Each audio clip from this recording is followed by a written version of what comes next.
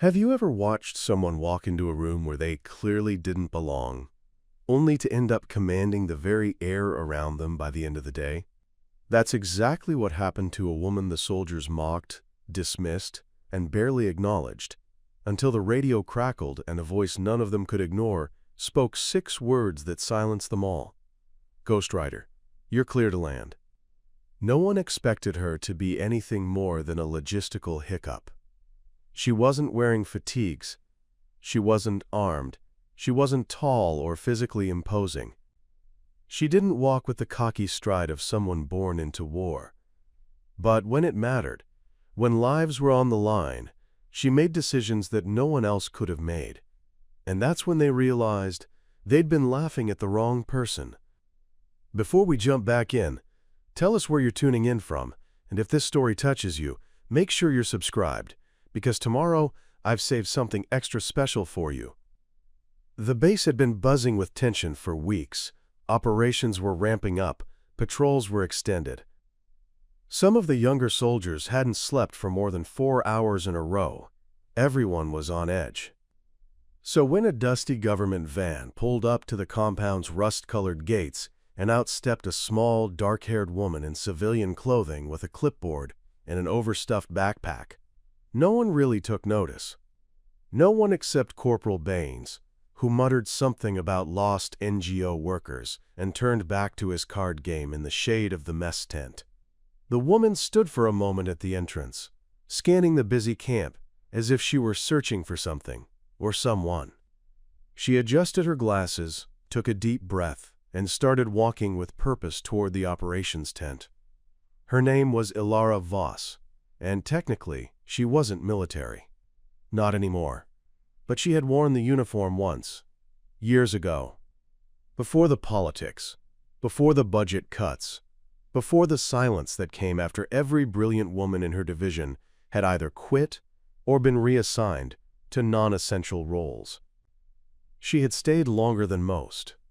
Long enough to see the signs, long enough to be marked as non-compliant and too independent thinking. But none of that mattered now. What mattered was the satchel strapped across her shoulder and the encrypted drive inside it. What mattered was what she knew, and who would listen. The operations officer she was supposed to meet was out on a security inspection, so Ilara was told to wait. She nodded, sat down on a battered bench outside the radio shack, and took out a small notepad. The soldiers passed her without a second glance. A few nudged each other, chuckling, assuming she was some kind of auditor or academic observer who had taken a wrong turn somewhere between the capital and the combat zone. No one imagined she had clearance. No one guessed she had once written the very playbook for extracting personnel from a hot zone under fire. And certainly, no one believed she had the authority to override the chain of command if the situation became critical. She listened carefully as men barked out coded radio signals repeating coordinates and calling in supply runs. She noted which frequencies were distorted and where the encryption failed. She quietly recorded the inefficiencies in the comms relay. None of this surprised her. It had been happening for months. That's why she was here. When Captain Duran finally returned, sunburnt and irritated from his inspection rounds, he glanced at her ID, made a skeptical grunt, and waved her toward the command tent. She followed silently. Inside, the hum of generators and clack of keyboards formed a kind of background rhythm to the controlled chaos. Maps, drones' feeds, satellite prints, data flowed across every surface. She was given 5 minutes. She took 4. By the time she was done, the captain's expression had shifted from bored dismissal to narrowed focus. She showed him the predicted flight paths of enemy drones and pinpointed blind spots in their radar net that hadn't been discovered yet. She explained how an extraction route currently deemed too dangerous could be reopened with precision-timed air support. She outlined how mismanaged radio frequency overlap was jamming their own recon efforts. She spoke not with arrogance, but with clarity. Like someone who had been living 2 steps ahead of the game for years and was tired of waiting for others to catch up. The captain said he'd review the data. She nodded. She was used to the delay. It always took time for the people in charge to realize that answers didn't always come from the most expected places. She left the tent and returned to the Radio Shack bench, back to being invisible. The soldiers kept laughing, tossing cards, rehashing the same tired stories. But she wasn't listening to them. She was listening to the silence on channel DELTA4, the one they weren't monitoring correctly. And then she heard it, the garbled distress call from a recon team pinned down 30 clicks northeast, cut off, calling for help that wasn't coming, unless someone acted. And she did. When the operator inside told her to stay out, that this was classified bandwidth, she didn't argue. She stepped outside, pulled a slim, secure satellite comm from her bag, and opened a direct line to Air Command herself. Her clearance code wasn't expired. Her access wasn't revoked, and her voice, calm, authoritative, sharp, cut through static and protocol alike. That's when the radio inside crackled loud enough for everyone to hear. The card players stopped mid-game. The technician blinked. And a voice, clear and unmistakable, said what none of them expected to hear. "Ghost Rider, you're clear to land." The soldiers stared. The technician turned pale. And Ilara Voss stood up slowly, slipping the comm back into her pack, already moving toward the operations tent again. This time, no one laughed. Ilara Voss had never been particularly memorable at first glance. She was the kind of person whose presence didn't raise eyebrows in a crowded room, and she liked it that way. In her early 40s, she had the quiet confidence of someone who had long since stopped trying to impress people.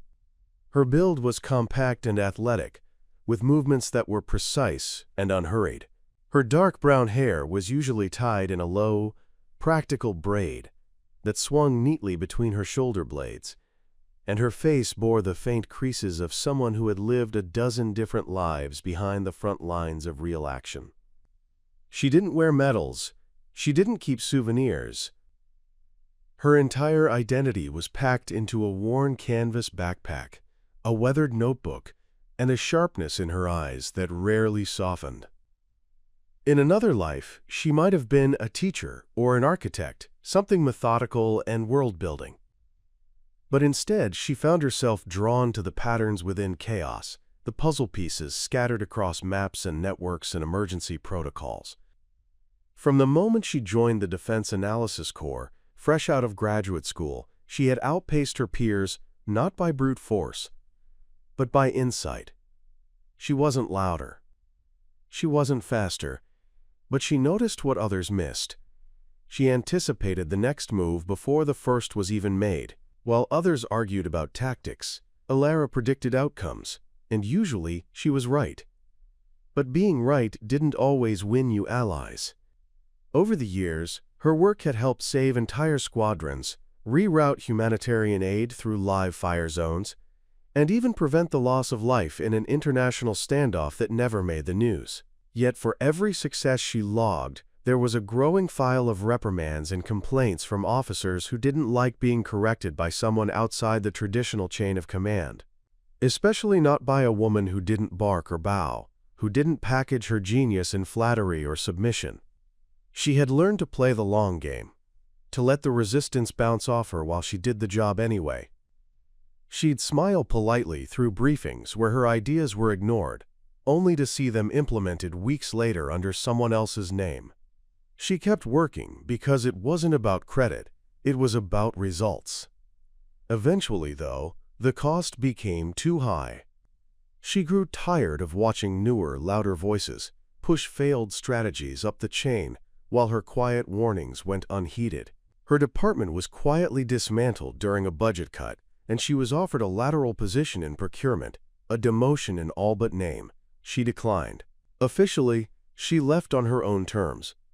Unofficially, she was a casualty of a system that preferred its experts compliant and its thinkers quiet. But Ilara didn't disappear. She spent the next 2 years as an independent consultant, building a discreet network of contacts who still believed in capability over hierarchy. She analyzed security patterns for critical infrastructure. She helped coordinate extraction protocols for journalists and diplomats in volatile zones. She monitored gaps in communication systems between field teams and command centers across 3 continents. Slowly, she rebuilt her influence, not through titles or uniforms, but through precision. Her name still echoed in certain rooms. Her clearance codes still opened certain doors. She became a ghost in the system, present, alert, invisible unless summoned. Preparing and narrating this story took us a lot of time, so if you are enjoying it, subscribe to our channel. It means a lot to us. Now back to the story. And when she was summoned this time, it wasn't through official orders or polished memos. It was a back-channel message from a former colleague, now embedded at the remote northern operations base near the border conflict zones. Something was wrong, he said. The communications network was showing signs of interference no one could trace. Tactical units were being deployed using outdated terrain data. Casualty reports weren't aligning with recorded missions. He didn't know if it was sabotage or simple incompetence. But he knew Alara would find the thread. She always did. She didn't hesitate. She packed lightly her encrypted comm unit, 2 notebooks, a flash drive containing the last 12 months of field anomalies, and the black jacket she wore on her final official mission. Her ticket was booked on a nondescript logistics flight. Her presence wasn't announced. There would be no welcome party. Just dust, tension, and the unmistakable hum of systems on the verge of failure. Even as the base came into view through the cracked windshield of the supply van that picked her up from the airstrip, Alara wasn't nervous. She never was. Anxiety was for people who dealt in uncertainties. Her world was built on data, cause and effect, contingency planning. What unsettled her wasn't danger. It was the arrogance of those who believed they could outmaneuver it without preparation. As she stepped out into the heat, dust curling around her boots, she scanned the scene with clinical detachment. She noted the outdated antenna placements, the lag between field radios and the central comms tower, the way soldiers milled about with too much casualness for a zone that close to active borders. No one questioned her presence as she passed. No one saluted. No one saw her. And she didn't need them to. Not yet. To them, she was no different than the countless other civilian advisors who came and went, asking questions and filing reports no one ever read. She didn't mind. She had walked into enough rooms knowing more than everyone in them combined. What mattered wasn't how she arrived. It was what happened when she decided it was time to be heard. And soon, very soon, they'd have no choice but to listen. The remote operations base known as Outpost Wren wasn't built for comfort. It had been constructed hastily during a surge in cross-border skirmishes 3 years prior, meant to serve as a temporary coordination site for joint forces operating in the high desert region near the Valdran Divide. But temporary had stretched into indefinite, and what was once a sprawl of prefab shelters and storage containers had evolved, if not improved, into a semi-permanent military installation. Sand-colored walls, made of modular concrete, lined the perimeter like a box drawn in the dirt. Razor wire curled above the gates like a crown of unease. Inside the compound, the atmosphere was heavy, with heat, dust, and suspicion. Every structure in Outpost Wren served a function, but none offered luxury. The command center, a large aluminum-sided building at the heart of the base, was crammed with outdated monitors, flickering maps, and makeshift desks stacked with mission logs. The mess tent doubled as a planning hub, and the medical tent leaned at a slight angle due to an uneven concrete foundation no one had bothered to fix. Sand coated everything. It blew in through air vents, clung to uniforms, and settled in the hinges of every door. The air itself tasted metallic, a cocktail of engine oil, sweat, and the ever-present dust. The sun was relentless, rising early and falling late, scorching the base from above and turning every metal surface into a hazard. The soldiers stationed at Wren, were a mixture of seasoned professionals and weary young recruits, most of them cycling in from rotating deployments, with barely enough time to learn the terrain before being reassigned. They operated on minimal rest, inconsistent briefings, and a growing cynicism about the mission's long-term objectives. No one talked about victory anymore. They talked about maintenance, holding the line, monitoring suspicious activity, executing scheduled patrols. Morale was neither high nor catastrophically low. It simply existed in a suspended, hardened state, like concrete cured in heat. They laughed when they could. They drank when they had access. They survived each day and counted the distance to the next. Beyond the base, the landscape stretched out in rolling plains of dry grass, rock formations and ancient trails worn into the earth long before borders were drawn. The Valdran Divide wasn't just a geopolitical boundary. It was a natural scar in the land, carved out over centuries by shifting tectonics and centuries of conflict. The northern hills were dotted with abandoned watchtowers, remnants of old wars. To the south, the terrain dipped into ravines and dry riverbeds that twisted unpredictably through the scrub. The heat waves shimmered across the horizon, distorting vision and disguising movement. It was easy to lose someone out there, easy to mistake a shadow for a man, or a man for a ghost.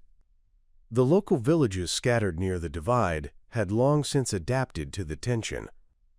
Their homes were made of stone and mud, with narrow alleyways that funneled strangers into choke points.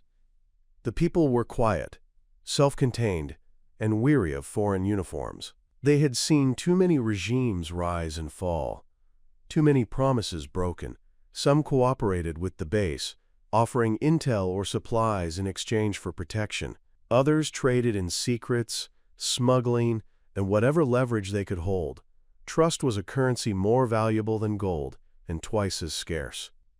Inside the base, trust was equally fragile. The command structure at Ren was frayed, with Captain Duran technically in charge, but often overridden by his superior back at Central Command, who operated from a desk several hundred miles away. Orders arrived delayed, often conflicting with real-time intel gathered in the field.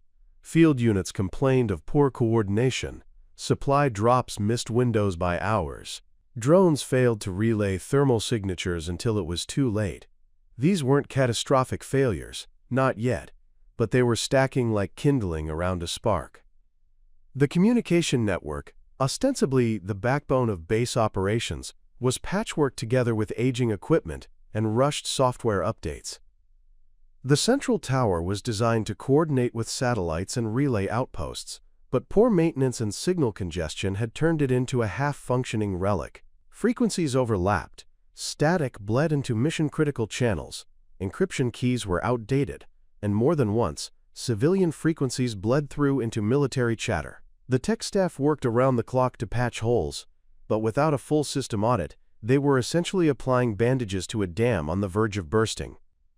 Security protocols, too, were uneven. The outer wall sensors were often tripped by wandering goats or dust storms, and the biometric gates jammed at least once a week. Night patrols struggled with low-visibility equipment, and half the drone fleet had been grounded, awaiting parts that hadn't arrived in over a month. Meanwhile, intelligence reports of increased movement just across the border were growing more frequent. Unidentified heat signatures, phantom radio bursts, patterns that suggested planning, not just random aggression. Something was building. But no one at Ren had the full picture. Ilara saw all of this within her first hour at the base. Not just the surface flaws, but the underlying systems that enabled them. She noticed how the reports were filed late, how patrol logs were inconsistent, how the backup generators were powering far more than they were supposed to. She observed how certain comm lines were rerouted through unnecessary relays, how drone feeds buffered too long before displaying on central monitors. She saw the gaps in protocols that everyone else had stopped noticing because they'd been around too long to question them. She saw a pattern of rot, not deliberate sabotage, something worse. Neglect disguised as routine. What unsettled her most wasn't the flaws themselves, but the culture that tolerated them. The quiet resignation, the learned helplessness, The way everyone moved through the base with just enough urgency to look busy, but not enough to fix anything. It was a kind of slow-motion breakdown that had become normalized. And it was in this environment, this fragile, sun-bleached crucible of tension and oversight, that Ilara would have to act. Because somewhere out there, beyond the divide, a storm was brewing, and no one was watching the sky. If Ilara Voss was the mind quietly threading together truth in the background, then Colonel Kason Rourke was the immovable force standing in front of it. Tall, broad-shouldered, with a trimmed salt and pepper beard and a voice that had learned to command without ever needing to shout, Rourke was a man who had spent 3 decades crafting the illusion of control. From the moment he had been promoted to oversee all joint operations along the Valdran Divide, he operated like the region itself was his personal chessboard, and every piece on it owed him a salute. He was rarely at Outpost Wren physically, but his presence echoed in every clipped radio command, every delayed supply approval, and every hesitant glance from captains unsure whether to make a move without checking upstream first. Rourke wasn't incompetent, nor was he cruel in the theatrical sense. His kind of antagonism was far more insidious. It was rooted in doctrine, in inflexible belief systems shaped by wars long past. He trusted what he knew, patterns that had once worked, models that didn't bend, personnel who followed the book line by line. To him, systems breaking down meant someone wasn't following orders. Intelligence failures were a matter of discipline. Deviations from protocol weren't signs of evolution, they were threats to stability. He didn't believe in disruption, even when it was the only way to prevent collapse, especially not when it came from someone like Ilara. Their history was complicated. Years before, Ilara had served under Rourke as a civilian analyst during an extended foreign deployment. Back then, she had saved a convoy from ambush by rerouting their course based on heat signature anomalies no one else had flagged. She'd prevented a full-scale base infiltration by detecting subtle metadata mismatches in intercepted messages. And yet, every time she bypassed the traditional reporting chain to act quickly, Rourke had filed a reprimand for procedural overreach. He didn't trust instincts. He didn't trust improvisation. He especially didn't trust brilliance that wasn't under his thumb. So when Ilara's name came up again, requested through back-channel clearance to audit comm systems at Outpost Wren, he hadn't outright denied it. He simply ensured that her stay would be monitored, her access limited, her influence minimized. It was classic Rourke: allow the gesture for appearances, then strangle it slowly with bureaucracy. By the time she made any noise, it would be too late for it to matter. And yet it was Rourke's decisions over the past 6 months that had deepened the cracks Ilara now stepped into. Under his guidance, Wren had shifted focus from rapid response coordination to static border defense. Patrols were stretched thin, as units were reallocated for symbolic deterrence along high-visibility checkpoints. Drone maintenance was deprioritized in favor of supply convoys. He had shut down repeated requests for system-wide diagnostics, claiming that field conditions don't allow for ideal calibration. To him, it wasn't about efficiency, it was about optics. Maintaining the illusion of order mattered more than its actual presence. And when field units started reporting inconsistencies, radio blackouts, delayed intel, operational misfires, Rourke dismissed them as errors in execution, not in leadership. Worse still, he had aligned himself with a private defense contractor, Helvix Systems, that had been quietly absorbing tech responsibilities across remote outposts like Wren.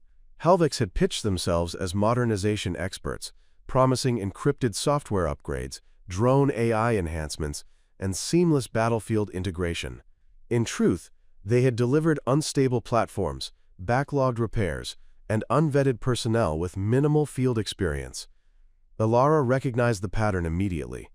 She had investigated Helvix before, during a separate assignment overseas, and flagged them for systemic misreporting of software vulnerabilities.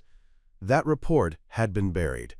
Now she was seeing the consequences play out in real time. At the center of it all was Rourke's blind belief in his own command structure. He saw questions as insubordination. He saw warnings as exaggerations. And most dangerously, he saw Ilara not as an asset, but as a disruption to his carefully managed facade. He didn't need her pointing out blind spots in his network, and he certainly didn't want her calling in favors from Air Command using clearance codes he hadn't authorized. To Rourke, everything was a chain of command, and Ilara didn't fit in it. Back at Outpost Ren, the ripple effects of his leadership were visible everywhere. Teams hesitated before launching sorties, unsure if they'd receive real-time support. Engineers cut corners on diagnostics to meet arbitrary deadlines. Recon units avoided reporting irregularities for fear of being labeled alarmists. Fear and fatigue created a culture of silence. No one wanted to draw attention to systemic faults when attention often meant reprimand. The entire outpost operated in a state of half-blind reaction, waiting for instructions from higher up, waiting for Rourke. And Rourke, for all his decorated past and polished command tone, wasn't watching the right horizon. He wasn't seeing the patterns Ilara saw, the ghost signals on unused frequencies, the static bursts that lined up with drone crashes, the cross-border heat anomalies that didn't match known movements. He wasn't listening to the undercurrent of unease in the voices of seasoned soldiers who'd survived long enough to sense a trap before it closed. He was too busy maintaining structure, too committed to appearing decisive to actually be right. In many ways, he wasn't evil. He wasn't a villain scheming behind closed doors. But that made him more dangerous. His brand of antagonism came wrapped in discipline, adorned with medals, and delivered through airtight memos and redirected blame. He could kill a mission with silence. He could end a career with a shrug. He didn't need to raise his voice or fire a weapon. His authority was the wall people stopped at, and his greatest weapon was his refusal to believe he could be wrong. Ilara understood all of this. She didn't hate Rourke. She simply didn't trust a man who thought winning an old war meant he understood this one. And when the next crisis came, not if, but when, he would either move out of the way, or she would have to go through him. Every morning at Outpost Ren began with the same routine, a low drone of the generator warming up before sunrise, boots crunching over loose gravel as the night watch shifted out, and the sleepy rustle of soldiers lining up at the mess tent for rehydrated eggs and burnt coffee. Radios buzzed to life by 0600, spilling coded chatter through the comms tent as techs cycled through overnight logs. The flag was raised. The perimeter patrols briefed. By 0700, the base fell into its practiced rhythm of controlled disarray, a performance of order layered over a foundation of dysfunction. Ilara observed it all from the outside at first, patient, silent, almost invisible. But each repetition of the daily script revealed more of the truth she had come to expose. The pattern was subtle, patrol routes repeated with such rigid predictability that even the local shepherds could time their herd movements around them. Check-ins from field units were always 1 minute early or 5 minutes late, but never on the dot, a sign, Ilara knew, of operators adjusting their reports after the fact to avoid reprimands for signal dropouts. Air recon flights followed overlapping corridors that often interfered with each other's telemetry, but no one dared update the schedules because the last officer who tried had been transferred out after challenging Rourke's directives. The soldiers laughed at the mess, shrugged it off as Ren being Ren, and fell back into the familiar rhythm because disrupting it felt riskier than enduring it. The radio tower remained the base's lifeline, but also its weakest point. Every day at 0900 and again at 1500, the main uplink to Central Command experienced signal noise, a 20-second gap, during which outbound transmissions scrambled into white noise. No one knew why. The tech officers blamed solar flares, poor wiring, or the terrain's magnetic interference. But no official ticket had been raised because those gaps didn't appear in the logs. They were manually overwritten by Halvix's remote access software. Ilara spotted the anomaly on her second day, tracing the timestamps, and comparing them to unfiltered backup data she secretly pulled from a portable repeater she had set up near the southeast barracks. The pattern was consistent, precise, and manufactured. Someone didn't want those gaps to be visible, and someone else had taught the staff not to question them. Then there were the drone failures. Every third day, one of the surveillance drones running high-altitude loops across the divide would drop out of the grid. Not crash, not malfunction, just vanish from the system for 30 to 40 minutes before reconnecting. When it returned, its data feed looked normal on the surface, but Alara knew how to read digital residue. She compared shadow files, ran checksum scans on the timestamps, and found discrepancies in the image buffers. Parts of the recorded terrain loop had been duplicated, copied over themselves to hide missing sections. Someone, somewhere, was intercepting their drones mid-flight, altering the output and feeding it back into the system. And whoever controlled the network had the keys to do it unnoticed. Every time Alara brought one of these anomalies to a commanding officer, quietly, tactfully, with evidence in hand, she received the same response: a furrowed brow, a vague promise to look into it, then silence. She wasn't officially on the chain of command, they reminded her. They couldn't act on speculation. The system was stretched too thin to investigate every glitch. They didn't have time for hypotheticals. But what Alara understood, and what they refused to see, was that these weren't random failures. They were connected. Each skipped drone feed, each moment of radio silence, each delayed report, they were threads of a larger weave. The pattern wasn't just a symptom of neglect, it was camouflage for something deliberate. Meanwhile, life on the base carried on with an almost stubborn normalcy. Soldiers ran their drills, medics treated sunstroke and twisted ankles.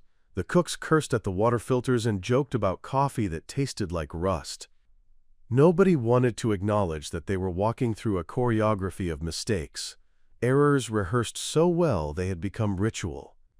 Alara started calling it the loop in her notes, the daily performance of a base pretending to function while quietly crumbling.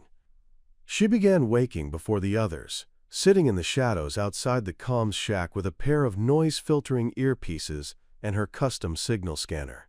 At first, she just listened to the shifts in frequency, the way the static behaved during each blackout, the faint harmonics beneath the chaos.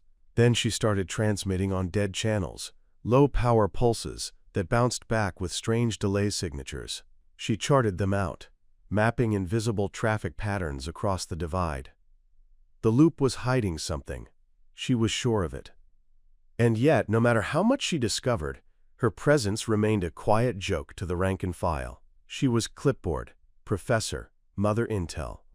Soldiers smirked as she passed, too polite to challenge her openly, but too conditioned to treat her seriously. The more she found, the more they retreated into sarcasm. It was easier to mock what they didn't understand than to admit that something had gone wrong on their watch. The worst part was how effective the ritual was. It created a lullaby of repetition that dulled the instincts of even the sharpest minds. It tricked good men into becoming bystanders. And in that lullaby, something darker had found a place to grow, a breach in the loop, a shadow moving beneath the surface. Alara didn't have the full picture yet, but she could feel it. The storm was coming. And the loop, so carefully maintained, so blindly repeated, would be the first thing to break. The air at Fort Rainier buzzed with activity as preparations intensified for Operation Silver Halo, a joint NATO-led mission that would test not only the logistics team's capabilities, but the cohesion of every personnel involved. Nadia kept to herself as much as possible, rising before dawn to run laps around the perimeter, reviewing transport manifests in the mess hall over lukewarm coffee, and spending hours in the hangar, checking the status of helicopters she wasn't even assigned to. She knew what they said behind her back, that she was a desk soldier, a paper pusher, with no real combat experience. That her father's reputation had earned her the position, not her own merit. That her small frame and quiet demeanor were better suited to administration, not battlefield logistics. But Nadia had grown used to these murmurs. What she wasn't used to was the strange sense of anticipation building around the base. Something big was brewing, and for once, it seemed she might be in the thick of it. Her days blurred together in a cycle of effort and silence. The only break in routine came when an unexpected visitor arrived. A tall, broad-shouldered man with sun-creased skin and a worn bomber jacket, who strolled into the hangar one evening and began inspecting Ghost Rider without asking permission. Nadia had nearly called security before the man turned around, revealing the insignia on his shoulder. Major Thomas Brenner, retired Air Force and legendary helicopter pilot, whose rescue operations in Sudan were still part of NATO training modules. He gave her a look that pierced through her defenses before finally nodding toward the Black Hawk. "She's yours?" he asked, his voice low and unimpressed. Nadia nodded cautiously, unsure what he was doing there. Major Brenner circled the chopper, running his hand along the rotor blade like a man greeting an old friend. "They tell me you've been requesting combat-ready simulations. They also tell me you've logged the highest solo maintenance hours of any pilot on base." He squinted at her. "You know what that tells me?" Nadia braced for sarcasm, but he just said, "Tells me you're either obsessed or you know something everyone else doesn't." The next morning, Nadia found herself summoned to the operations room. Inside, she was surprised to see not just Major Brenner, but Colonel Richardson and several other senior officers seated around a table covered in mission briefs and satellite images. "Lieutenant Rowe," the colonel began, "we're fast-tracking you into the Mission Command Unit for Operation Silver Halo." Nadia stiffened. She'd expected another lecture, not a promotion. "We've reviewed your simulations and assessments. We've also reviewed your evaluations from training school, most of which we've admittedly overlooked." He cleared his throat. "You'll be piloting a ghost transport route. Low visibility, no cover, no escort. You'll be delivering critical supplies to a medical outpost outside Tavergal, deep in contested territory. The evac team won't be able to retrieve the wounded without those supplies. Your call sign is now Ghost Rider." She blinked. "Sir, respectfully, why me?" Colonel Richardson leaned back, his gaze serious. "Because you're the only one who's studied every inch of the airspace map. You've run every scenario, and because the men who laugh at you would hesitate. You won't."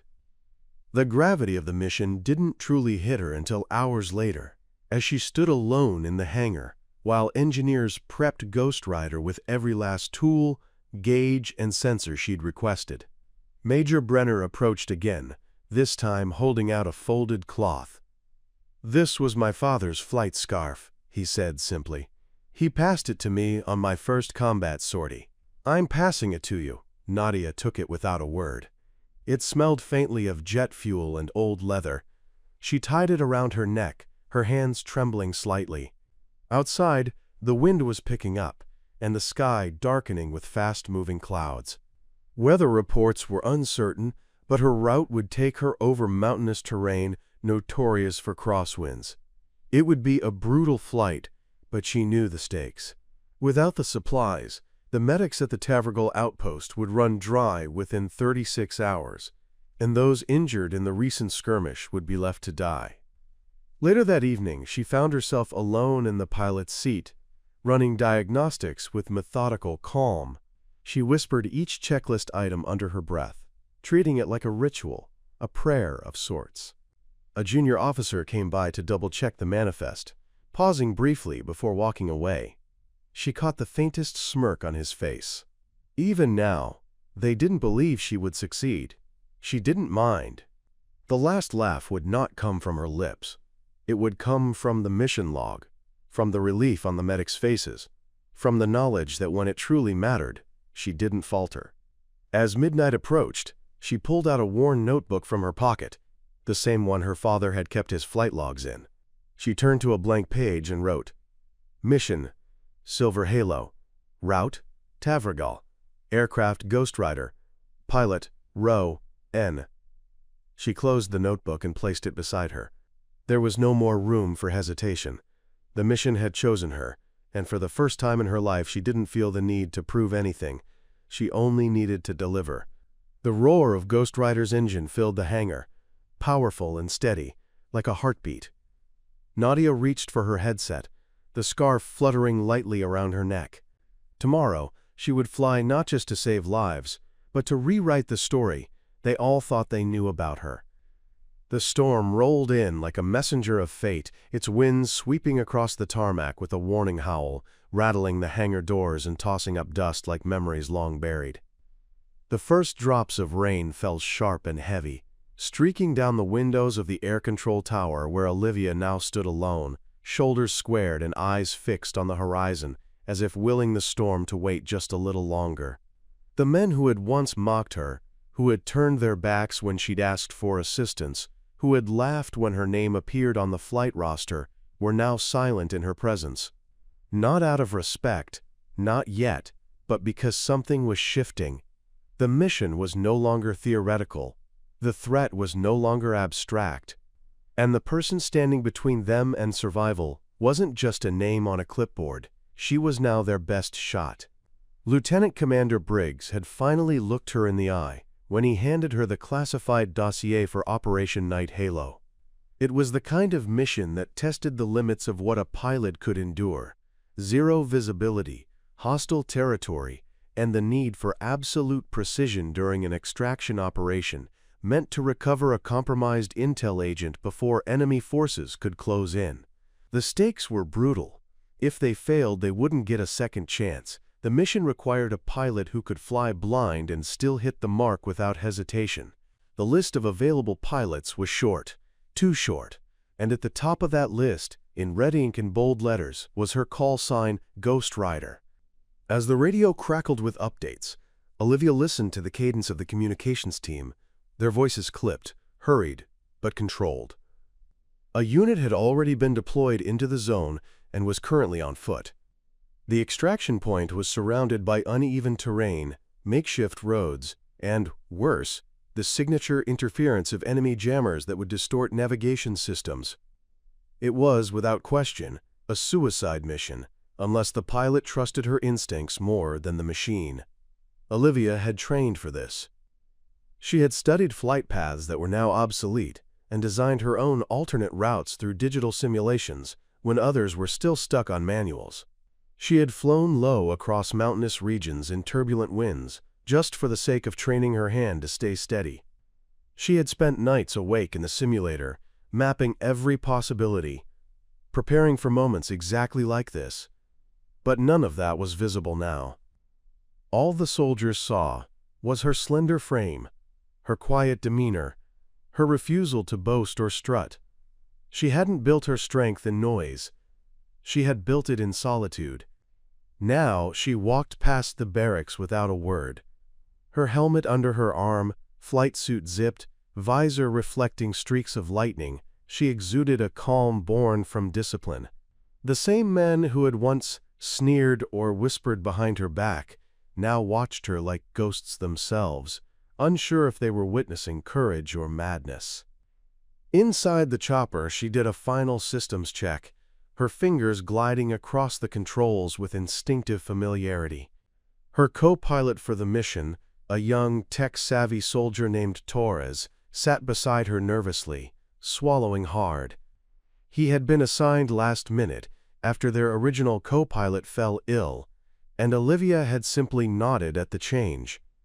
No protest, no hesitation, only purpose. The engines roared to life, drowning out the chatter on the ground. Through the radio, the mission brief was reiterated, but Olivia wasn't listening to the words. She was listening to the pattern of breath behind the speaker's voice, the hesitation that hinted they weren't expecting her to come back. It wasn't arrogance that filled her chest now. It was clarity. She didn't need them to believe in her anymore. She needed only to fly. As the chopper lifted into the air, slicing through the sheets of rain and turbulence, Olivia felt the old rhythm return. The cockpit was where she was most alive, where her pulse slowed instead of quickened, where doubt had no foothold. She was entering the most dangerous airspace in the region, and yet she didn't flinch. Below her the terrain blurred, and up ahead, The clouds opened like gates to a forgotten war. The enemy wouldn't see her coming, not because she was invisible, but because she was impossible. The call sign Ghost Rider was no longer just a name, it was a promise. A few miles out from the extraction zone, the jammers kicked in, distorting signals, throwing off GPS readings and radio transmissions. Olivia anticipated it. She flicked switches to switch to analog systems, adjusted altitude manually, and rerouted through a tight ravine most pilots would have avoided. It was this exact route she had traced 100 times in silence, knowing one day the silence would matter. Torres stared in disbelief as they maneuvered through near-impossible air currents. He didn't speak, didn't question. He just followed. The storm was now a monster above them, but Olivia wasn't intimidated. She was in control. When the signal finally returned for a brief moment, a voice came through the radio. Cracked, desperate, but alive. It was the field unit. They had reached the beacon. They were exposed. They had less than 10 minutes before the enemy's reinforcements arrived. Olivia adjusted course without a word.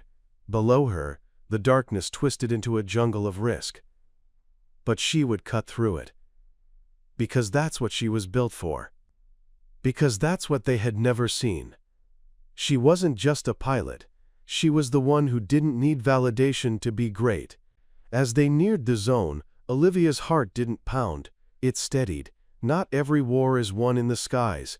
Some are won in the hearts of those who dare to rise alone.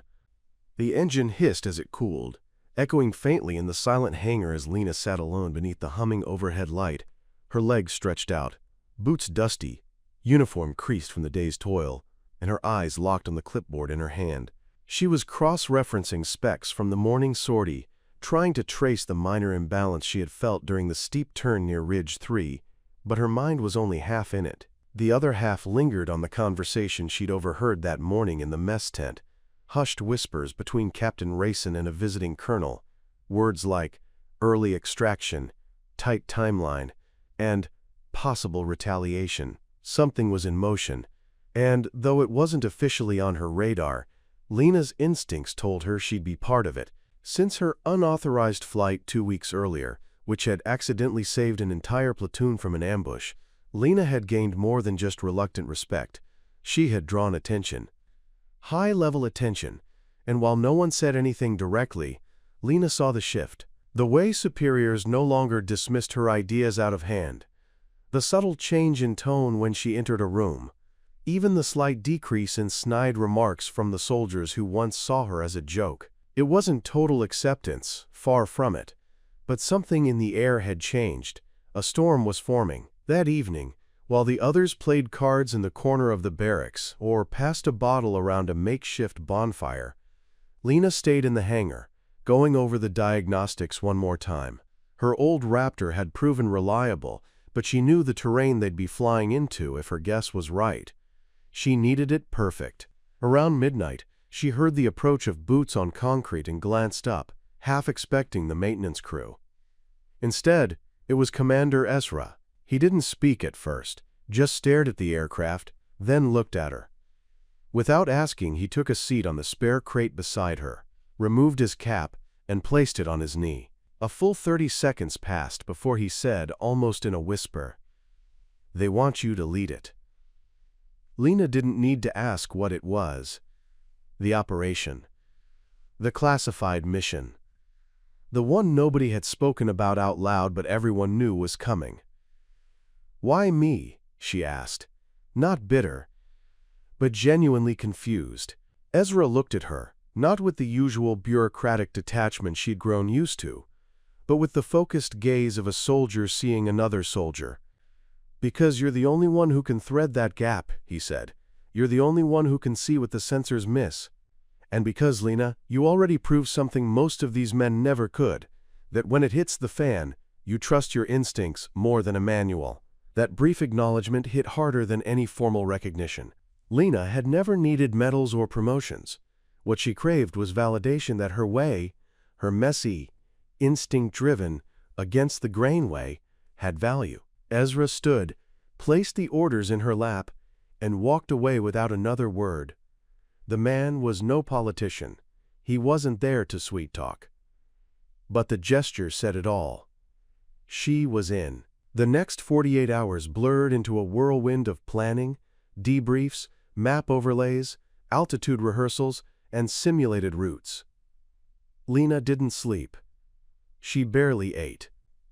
Her team, handpicked from various squads, included Lieutenant Rico, a sharpshooter with nerves of steel and a dry wit, Mechanic Callan, who'd once rebuilt a Black Hawk rotor mid-air, or so the story went, and Wren, the comms specialist who had a reputation for being able to break into any encrypted line on the planet.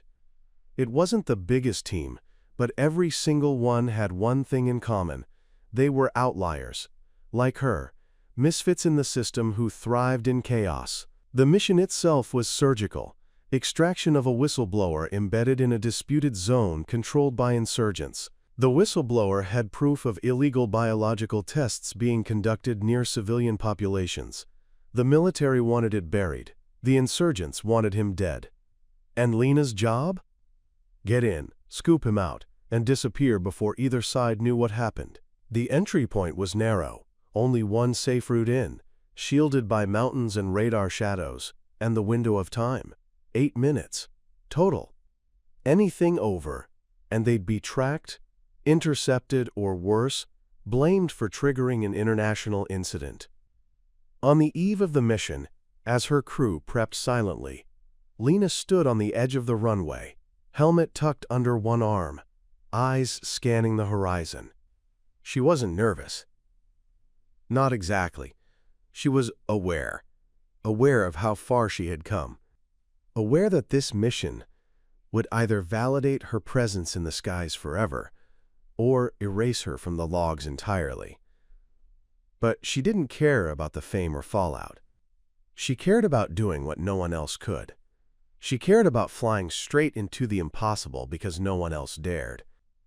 As dawn broke and the first sliver of light kissed the wing of her Raptor, Lena turned toward her crew, nodded once, and in that quiet gesture, everything was understood. It was go time. The engines roared to life behind them. Ghost Rider was ready to fly. The winds howled across the plateau as dawn broke over the jagged cliffs of the Borgen Pass. Cold air cut through the fabric of Captain Ilara Vance's uniform as she crouched low behind the steel wreckage of what used to be a munitions transport. Smoke still rose from its husk, curling into the pale morning sky like a morning veil. The explosion from the night before had destroyed not just the supply line, but much of the team's morale. The forward unit was stuck, stranded with no way to push deeper into contested terrain without ammunition, radio coverage, or even basic medical supplies. What had been a routine forward deployment had turned into a desperate holdout. The soldiers were exhausted, many wounded, and trust in leadership was wearing thin. Most looked to Major Drennan for answers, but after his outburst and injury during the ambush, he had been airlifted to a safe zone. In his place, the makeshift chain of command had defaulted to 2 lieutenants, Tanner and Briggs, who, despite their seniority, clearly lacked vision. And in that vacuum, eyes began to drift, hesitantly, but repeatedly, toward the one woman everyone had dismissed from day one. Ilara had spent the last 24 hours tending to wounds, coordinating ration counts, reinforcing the perimeter, and trying to rebuild communications with HQ using a jury-rigged system she'd learned during her cyber warfare training. Every time someone asked how she knew what to do, she simply answered, "I've been here before," even if she hadn't, because truth wasn't as necessary as confidence. Not in a place like this. And while Tanner grumbled about her taking too much initiative, and Briggs scoffed when she mapped out fallback positions, they didn't stop her. Because despite their quiet resentment, things were starting to stabilize. She'd gone from invisible to indispensable without asking permission. Now, on the 9th morning since their entrapment, as the cold sun rose over the bloodied rocks and dust, she finally heard what she'd been praying for: static on the radio. Crackling first, then a flicker of signal, then voice, faint, distant, indistinct, but real. She leaned in, adjusted the coil she'd improvised with a stretch of copper from the destroyed battery module, and the signal grew clearer. Her pulse surged. This could be the lifeline. Their one chance.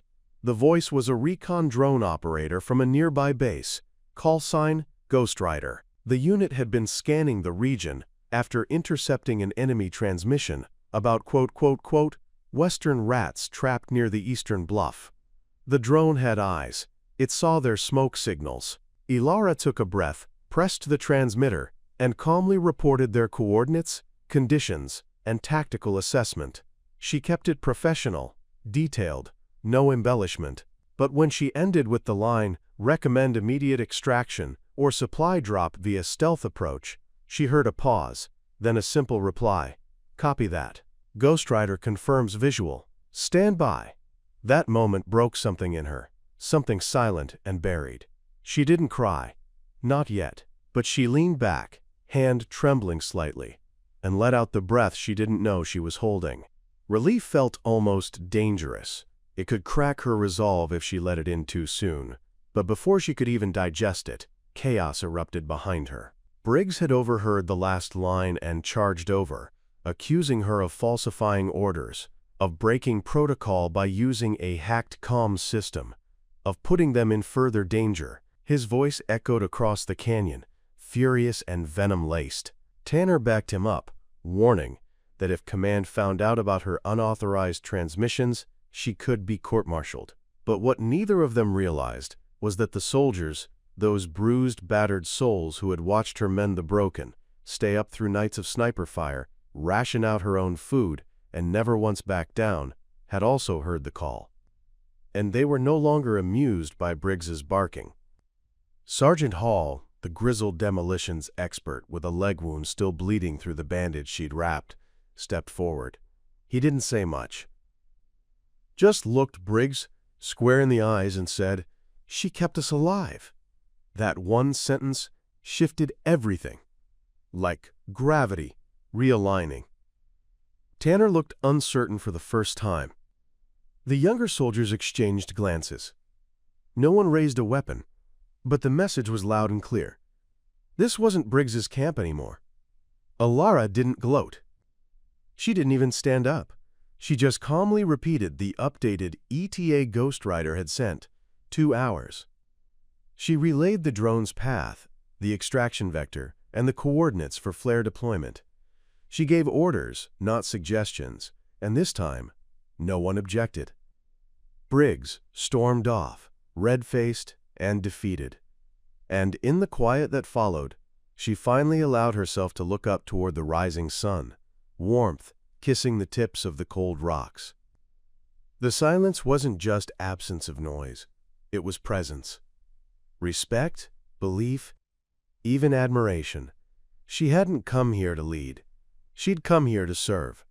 But now, the line between those two things was gone. And with every passing second, as the whirring hum of the inbound drone grew louder through the canyon air, the story that had begun with laughter behind her back was about to be rewritten, broadcast on encrypted frequencies, recorded in debriefs, whispered in future camps. Ghost Rider had heard her, and that changed everything. Every fiber of her being tensed as Ava surveyed the ridge ahead, her breath steady despite the roaring engines and adrenaline pumping through her veins. She could hear her father's voice in the back of her mind, low and calm, reminding her that fear was just a spark, control was the fire. Below them, the convoy was crawling through the valley like an exposed artery, flanked by shadows and steep rock walls where snipers and IEDs could be lurking. The trucks were carrying not just supplies, but medics, intel analysts, and communication specialists, non-combatants. If this went south, there would be no one to fight back. The job fell to her, as it always did when things got desperate. "Ghost Rider 1, she called into her mic, her tone neutral, commanding. "On final descent, hawk formation. Watch my 6. A crackle, a pause, and then Rafi's voice came through, calm and firm. "Copy, Ghost Rider. "You're green. Light 'em up." As she angled the chopper downward, the terrain stretched wider, revealing a plume of dust rising far in the east. Movement. Coordinated, not from their convoy. Ava narrowed her eyes and adjusted her trajectory slightly. "Visual confirmation," she murmured. "Potential ambush vector. Marking coordinates." Ruffy's voice responded swiftly, already relaying orders. But even before he spoke, Ava was adjusting, mentally calculating speed and wind drag, the variables that would affect her approach. She was always a few steps ahead. It was how she'd survived this long. Below, the soldiers she'd once trained with were manning the mounted turrets, scanning the rocky hills.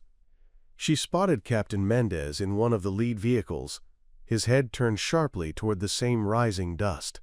Their eyes met for the briefest second before she banked left, dropping altitude in a smooth, controlled arc. The mission, as laid out, was simple: escort and observe. But Ava had long since stopped believing in simple. The enemy had grown bolder in recent weeks, testing their supply lines, timing their movements just right. This wasn't a random encounter. This had the markings of a coordinated hit, the kind that would need air response, the kind she specialized in. She looped westward, gaining visual on the second convoy path, and that's when she saw them. A thin black line, too uniform to be natural, sliding down the opposite ridge. Trucks. Armed ones. Camouflage painted. Not friendly. "Confirming hostile vehicles approaching from southeast grid Charlie Echo 9er, she said, voice low but direct. "Estimated arrival in 3 minutes. Arming weapons." She didn't wait for permission. This was what she had trained for. Her hands moved swiftly over the controls as her co-pilot snapped to full alert beside her. Back at base, Command was trying to recalibrate, barking questions over the comms, but Ava was already locked in. She wasn't waiting for red tape. The people down there, the ones who had laughed at her, doubted her, second-guessed every call she ever made. They were now in her care. Their lives, ironically, hung in the same hands they once called too delicate, too emotional, too impulsive for a job like this. She didn't care. She didn't fly for them. She flew for the silence between heartbeats, for the calm in chaos, for the way her gut always knew the truth before her mind could catch up. "Weapons locked," her co-pilot confirmed. Ava nodded, and without breaking her trajectory, she dipped lower, fast and hard, sweeping the canyon wall in a diagonal pass that sprayed dust and sent the enemy convoy into sudden disarray. The turret on the lead hostile truck opened fire, and Ava jinked right, missing the rounds by inches. "Return fire," she ordered, and within seconds, the first missile launched, slicing through the desert heat like a needle through fabric. The explosion was controlled, surgical, just like she had been trained. But this wasn't a simulation. The flames were real. The screams in the enemy radio channels, real. And the sudden stillness that followed as the remaining trucks braked too hard and jackknifed across the rocks, that was real too. Ava pulled up just in time to see the soldiers below scramble into defensive formation, now fully aware of what had almost hit them. The radio erupted in mixed chaos. Some were shouting for confirmation, others were calling her name. But Ava wasn't listening. She was already swinging back around, watching for signs of retaliation, preparing for a second strike if needed. None came. The enemy had underestimated them. Or, more accurately, underestimated her. She hovered just long enough for her presence to be felt, then pulled back, resuming a high loiter orbit over the convoy as it resumed its crawl. Later that day, when the dust had settled and the trucks rolled into base without a single loss, Command would draft a report citing Ava's response as, quote, "decisive and commendable." It would include phrases like, "averted high risk," "preserved lives," and "executed with precision."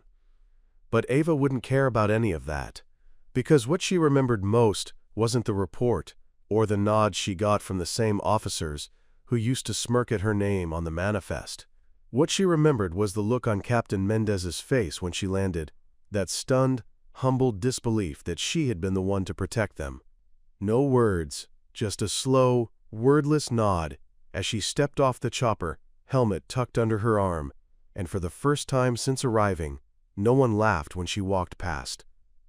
The morning after their harrowing escape, the camp stirred before the sun had fully crested over the jagged line of the mountains. Pale orange lights slashed through the thinning mist, casting long, broken shadows between the tents. Major Hastings stood silently at the edge of the perimeter, his arms folded, eyes trained on the forest beyond. The quiet was unnerving. For a base that had been under siege just days ago, the silence carried too much weight, too much memory. Behind him, soldiers moved about their routines with a hushed reverence, like they were trying not to disturb something sacred. That something, of course, was Evelyn. It had become undeniable. Something had shifted the moment the radio had crackled with her call sign, Ghost Rider, and cleared the sky. The jokes had stopped. The smirks and muttered jabs had faded. What replaced them wasn't pity or awe, not even admiration exactly. It was something deeper, uncomfortable. Like watching someone you underestimated lift a car off a child. There was no going back from that. You saw them differently forever. Evelyn had spent most of the night poring over reconnaissance data, maps, satellite overlays, and a backlog of intercepted radio chatter. A steaming mug of black coffee sat forgotten beside her, cold and untouched. Her eyes, red-rimmed but focused, moved rapidly across a terrain grid, while her fingers hovered mid-air as if she were playing a mental piano. She had found a pattern in the chaos, a rhythm to the enemy's movements. The warlords were preparing for something bigger, something coordinated. It wasn't just scattered raids or opportunistic strikes. This was a campaign, a map of intention. She could see it in the subtle timing, the mirrored distances between convoys, the frequency of communication bursts across different sectors. The pieces clicked in a way they never had before, because now she wasn't just guessing. Now she had experience, raw, lived through fire, and her instincts had sharpened in the crucible. But not everyone had come through unscathed. Captain Merrick had suffered internal bleeding and a fractured leg during their escape. He lay in the makeshift medical tent under constant observation. He hadn't said much since they returned, but when Evelyn walked in to see him that morning, he met her with an expression she couldn't quite place. It wasn't gratitude. Not entirely. It was something closer to reckoning. He asked her, quietly, without preamble, how she knew, how she had spotted the secondary ambush and timed the route so precisely. Evelyn had hesitated only for a moment before she answered that she didn't know in the way a textbook would demand. She had felt it, like a current in her bones, like reading the wind before a storm. It wasn't magic, it was intuition born from 1,000 hours of unnoticed studying. And for once, Merrick nodded in understanding instead of doubt. Back outside, preparations had begun for what Hastings was calling a, quote, forward assessment operation, but what Evelyn recognized instantly as a test. She was to lead a scout drone unit deep into the jungle's western ridge, the very region that intelligence suggested was becoming a hub for insurgent command posts. It was risky, especially since the area was filled with electromagnetic interference and prone to communication blackouts. No backup, no extraction team on standby, just her, 2 young field techs, and the sky. She didn't flinch when the order came. She didn't protest or stall. She simply gathered her equipment, double-checked her systems, and assembled her crew. The 2 techs, Omar and Harris, were nervous but loyal, having seen firsthand how she'd saved the unit from total annihilation. They trusted her, maybe even more than they trusted Hastings. The hike was grueling. Heat dripped off the canopy like a leaking faucet, and the air was so thick it felt like breathing through wool. Evelyn led with calm efficiency, marking coordinates on her portable console, issuing subtle corrections to the team's path. She didn't talk much. Her mind was processing too many layers at once.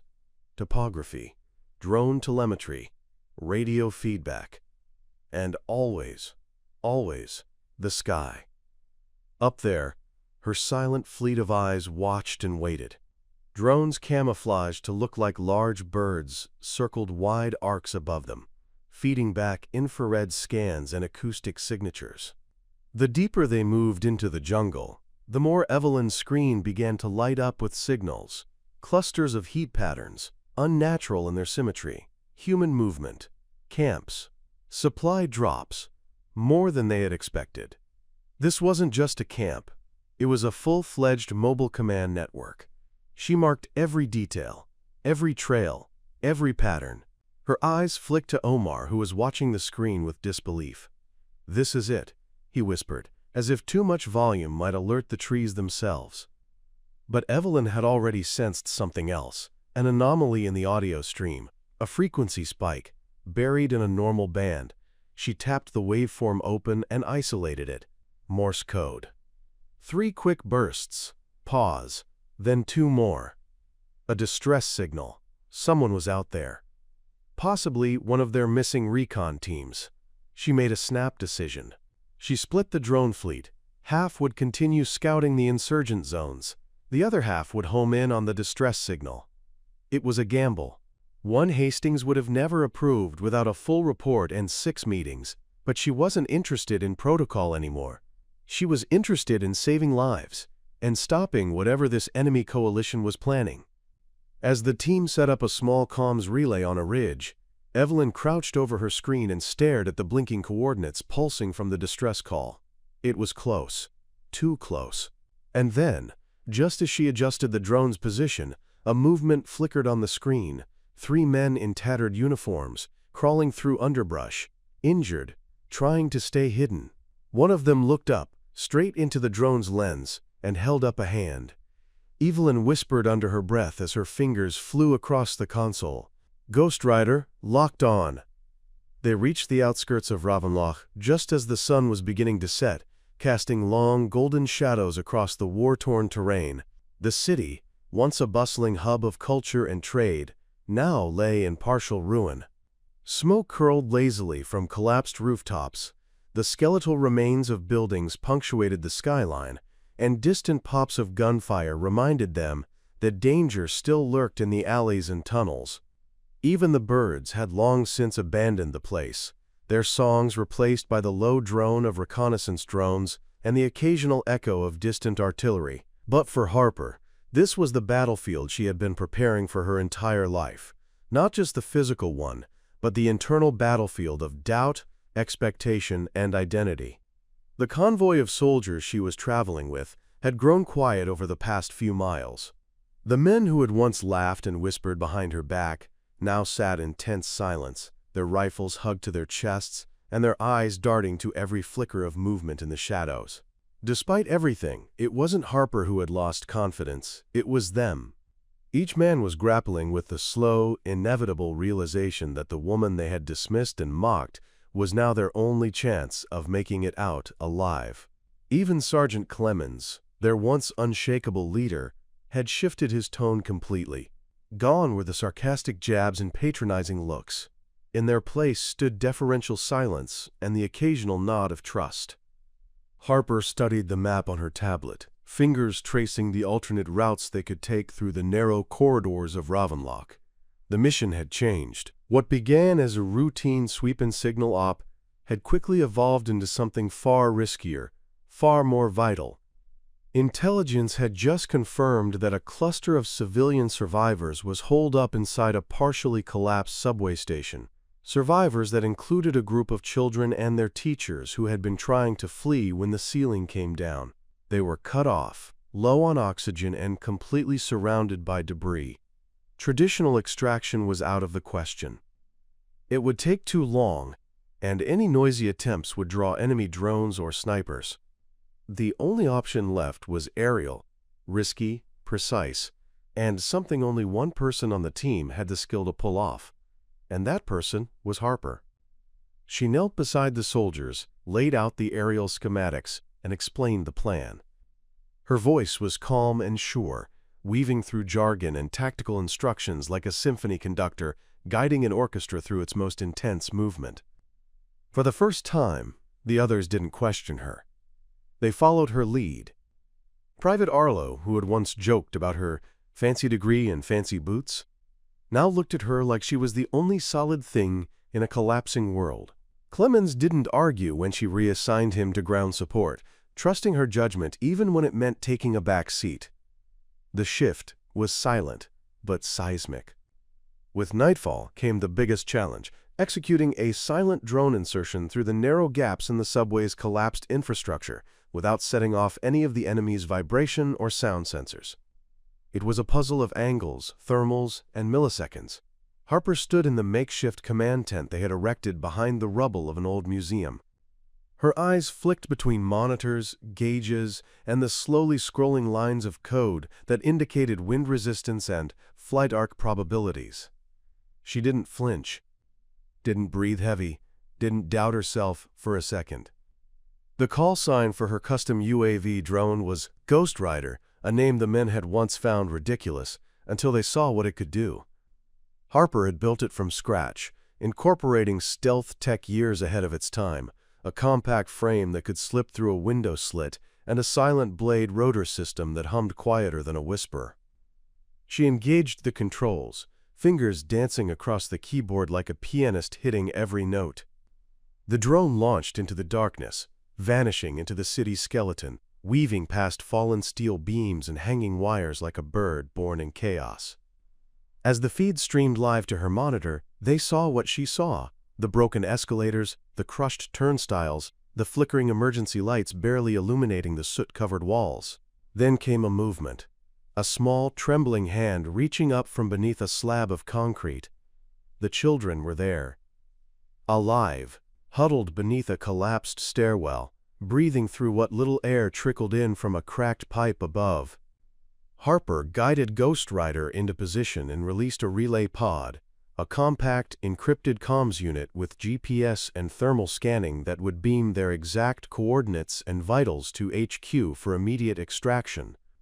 But just as she completed the final signal code, a tremor shook the station. A secondary collapse, dust filled the air, the drone feed jittered. The men around her held their breath. Harper's fingers were already flying across the console, overriding the drone's safety protocols, redirecting power from the optical sensors to stabilize orientation. A moment later, the feed returned, and the relay signal blinked green. Coordinates locked. Extraction confirmed. That's when the radio crackled, rough and filled with static at first. Then a clear voice rang out. "Ghost Rider, you're clear." It wasn't just permission. It was validation, a signal to every soul on that frequency that the impossible had just been done. Harper leaned back, exhaling for what felt like the first time in hours.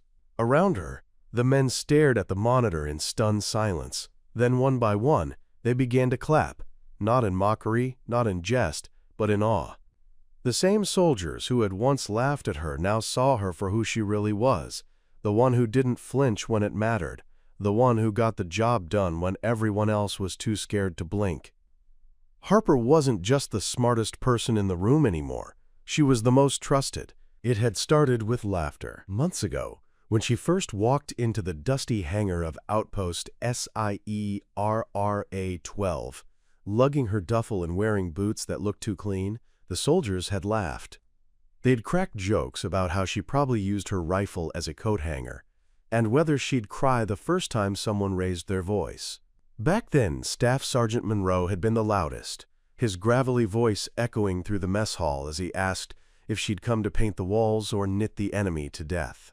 But now, Monroe was dead, and the only one holding the perimeter was the same woman they had once laughed at. Lieutenant Ainsley Roth stood with her back against the last fortified wall of the base, dust clinging to her skin like ash, her fingers curled tightly around the grip of her service weapon. Blood soaked the side of her temple where a shard of concrete had grazed her earlier. The last 48 hours had twisted reality into a living nightmare, a maze of gunfire, smoke, and deafening silence between bursts. The enemy, a rogue paramilitary group known as Red Vulture, had attacked without warning, armed with stolen government tech, and no clear motive beyond destruction. They'd hit supply lines first, then communication towers, until only a few scattered outposts remained in operation. Sierra 12 had been deemed non-essential. Command had pulled air support back to defend the capital zones. The soldiers left behind were expected to hold their ground, but one by one, they fell. Now, only Roth remained. Her chest burned with every breath, her legs ached from days without proper rest, and her throat was raw from barking commands no one else was left to hear. But she didn't stop. She couldn't. She had made a vow, not just to her country but to herself, that if she was ever put to the test, she would not fold. Not when it mattered most. Roth had used every ounce of her training and improvisation to stay ahead of Red Vulture's waves. She'd set up makeshift explosives using fuel reserves and frayed wiring. She'd lured one of their tanks into a ravine using a baited trail of scorched debris. She'd learned their rhythm, studied their impatience. They didn't expect resistance. They expected to conquer through fear, but fear didn't live in Roth anymore. Somewhere between the loss of Monroe and the silent prayers over the bodies of her fallen comrades, it had been burned out of her like old rot. She had nothing left but grit, and sometimes grit is all a soldier needs. With her comms still fried, Roth had resorted to old protocols, mirror signals, flare bursts, and coded notes tucked into the souls of outgoing drones. She hadn't known if any of it would get through, but it was better than waiting to die in the ruins of a forgotten outpost. Each night she climbed the broken scaffolding to the highest point of the base, scanning the horizon with the battered scope of a fallen sniper's rifle, hoping for even a glimmer of movement. On the 13th night, something changed. The horizon shimmered unnaturally, not from heat, but something else, ripples of light, like exhaust trails. Her pulse surged. She blinked once, twice. Then it came, the distant hum of rotary blades, almost imperceptible at first, then louder, steady, confident. Her heart slammed against her ribs. No markings were visible yet, but the angle was right. It was coming in low, military low. That wasn't Red Vulture. That was someone trained, someone deliberate. She scrambled to the remaining comm station, its antenna cracked, but still receiving basic frequency pulses. She tuned manually, her knuckles white with tension, flipping the dials in tight rhythmic patterns until the console sputtered to life. Then, through the static it came. A voice. Crisp, American. Ghost Rider en route, visual confirmed. Sierra 12, you're not forgotten. Roth dropped to her knees. Her grip on the receiver trembled. It wasn't just the message, it was the call sign. Ghost Rider, that was her squadron, the elite airborne unit she had trained with before being reassigned. The one she had been told was disbanded after an ambush 2 years ago. They had come for her. Somehow, they had seen her signals, read her desperation between the silences. The sound of boots on gravel outside snapped her back to the present. Red Vulture was making one final push. She could hear their foreign commands, the barking of orders, the creak of armored vests shifting. They didn't know. They had no idea what was coming for them. Roth stood, weapon at the ready, the last of her adrenaline lighting up her limbs. She knew all she had to do was hold them back for 10 more minutes, maybe less. She smiled, not because she felt safe, but because for the first time in weeks, she was no longer alone. Behind her, the radio crackled again. Ghost Rider, you're clear. Engage, at will. The sky outside thundered as the helicopters came into view, sleek shadows against the pink blaze of dawn. She didn't need to look to know they were hers, and they would rain fury on those who dared laugh at her. Commander Yusuf Reyes stood motionless inside the forward operations tent, his back to the large tactical map spread across the central table. A silent weight hung in the air as his eyes remained fixed on the live drone feed overhead, projected onto the screen with a dull flicker. They had eyes on the convoy now. It moved like a winding serpent through the deep ravine, nestled between cliffs that had once swallowed entire battalions. Reyes's hand tightened around the edge of the table, knuckles pale. Every second that passed pulled his nerves taut. Outside, the unit was in final prep, radios crackling with tension masked by professionalism. None of the usual banter. No sarcastic jabs. Not even from the usually loud-mouthed Corporal Monroe, who now stood at the ready by the signal unit, silent. The soldiers hadn't said it out loud, but every man and woman among them knew that this operation would either make history or become a buried secret, like so many failed missions before. They had volunteered. But not all of them had believed. Except for her. Samira Valdez. She stood in front of the command tent, helmet in hand, eyes calm. The ghost of a smile touched her lips as she checked her watch, then looked toward the sky. The storm had passed, but the clouds still hovered low, casting an eerie blue over the terrain. The silence of the desert was deceptive, a void that would soon explode into chaos. She breathed slowly. She had trained for this moment, endured ridicule, passed tests designed to break her. And now, when it mattered most, she would lead them all into the mouth of danger, not just with courage, but with precision. The plan had been clear.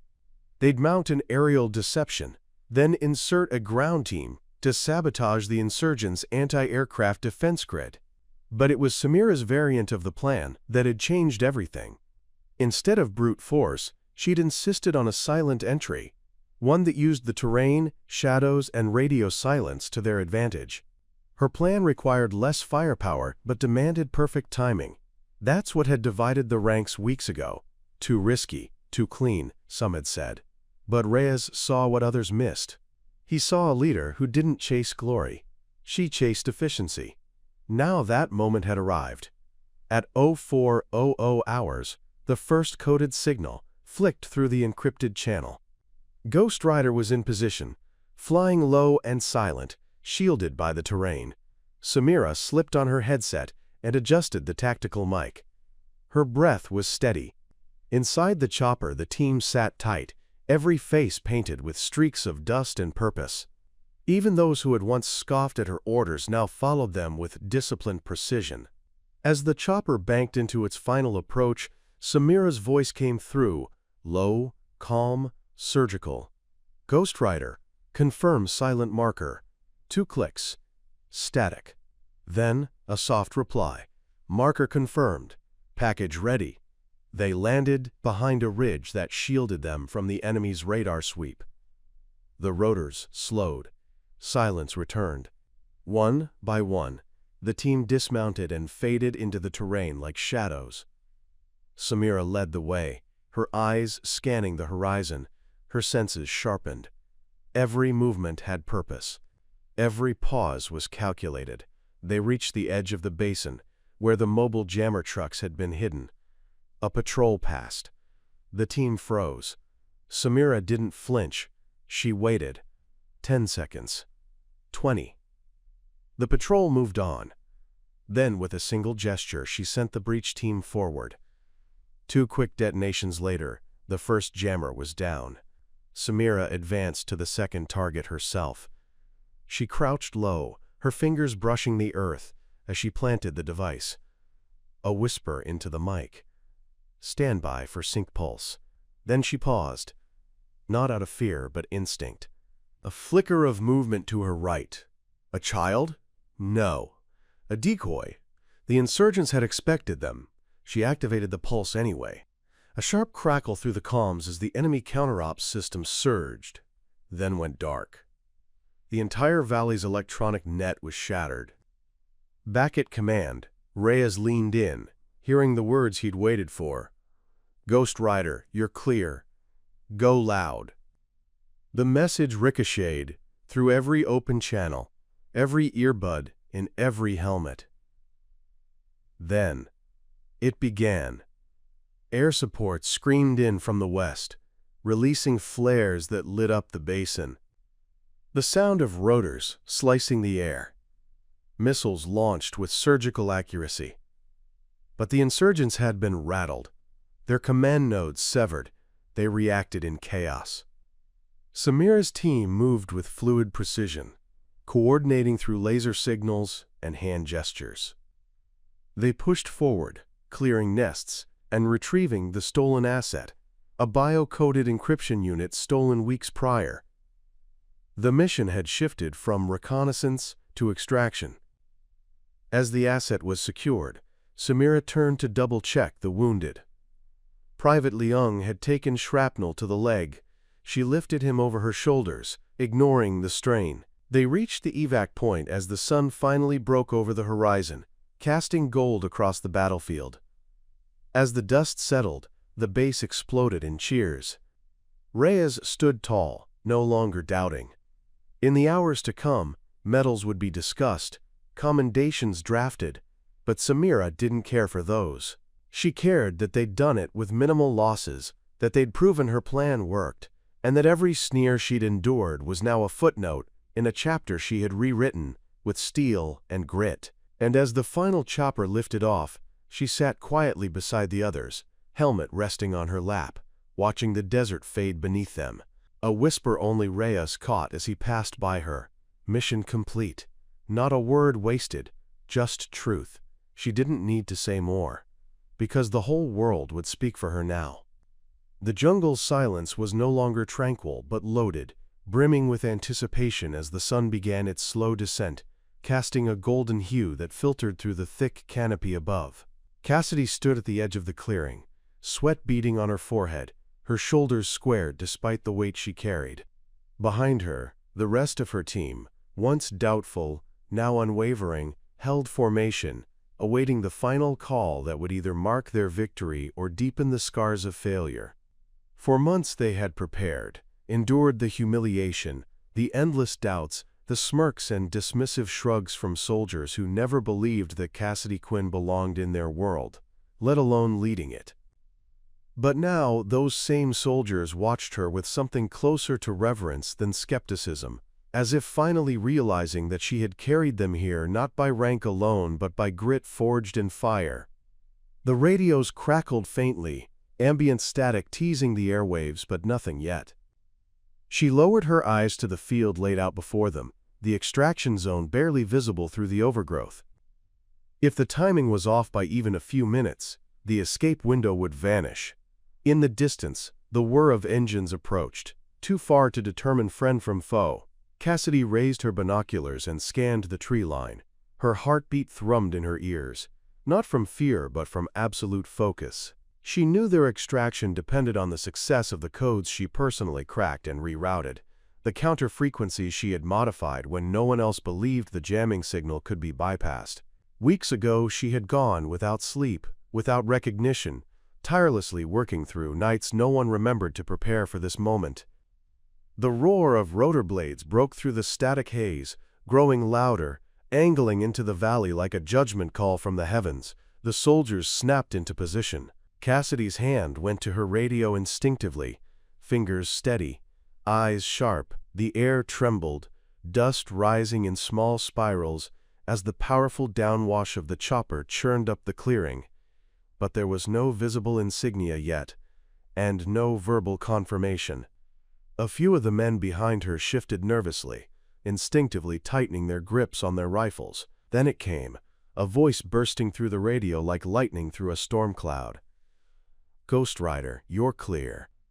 The words weren't screamed, weren't even loud, but they cut through the noise with surgical precision. Cassidy didn't react with a triumphant cry, didn't raise her arms or flash a smile. Instead, she simply gave a slight nod, a calm, silent command that sent the soldiers moving like clockwork. The bird was theirs. The team emerged from the jungle and signaled the pilot, Cassidy staying back for just a moment to ensure the last defense perimeter held.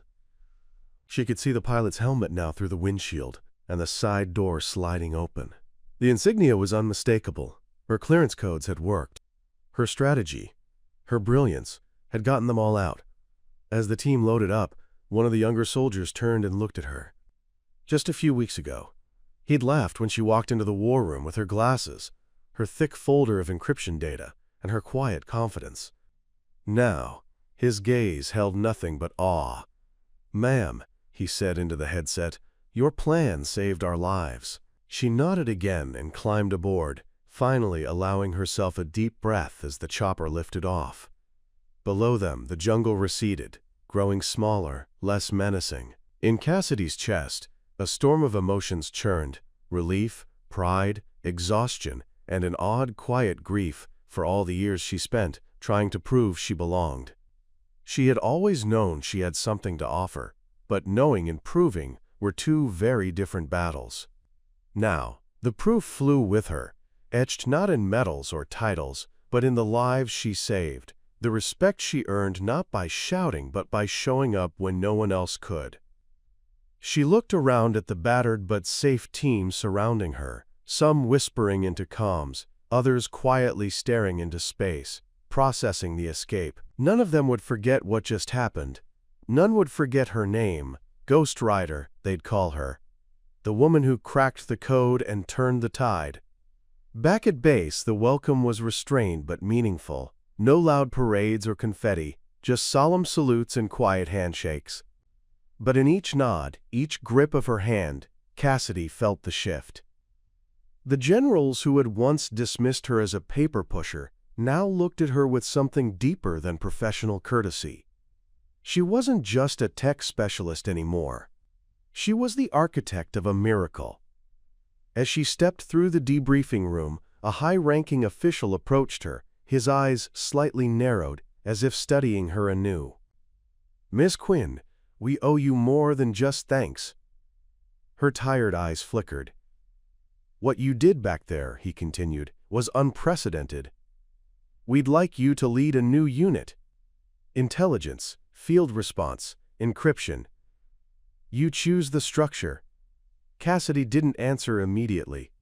She looked past him, through the glass, where the sun set over the distant runway, a glow bleeding into the sky like the final line of a painting. For years, she had wanted a seat at the table. Now, she was being offered the head. Finally, she turned back to the officer, a small smile playing on her lips. "I already have a team, sir. I'd like to keep them." And so began the next chapter in Cassidy Quinn's story, not as the soldier they laughed at, but as the one the battlefield came to depend on. She had rewritten the rules without asking permission, shattered stereotypes without asking forgiveness, and earned her place in the sky with the crackle of a radio and the steel of her will. Her name was no longer a footnote buried in reports. It was spoken with respect, etched into the legacy of those who rose when others doubted. And whenever someone new joined her squad, the veterans would simply nod toward her and say, "That's Ghost Rider. You'll want to follow her lead." Up next, you've got two more standout stories right on your screen. If this one hit the mark, you won't want to pass these up. Just click and check them out. And don't forget to subscribe and turn on the notification bell so you don't miss any upload from us.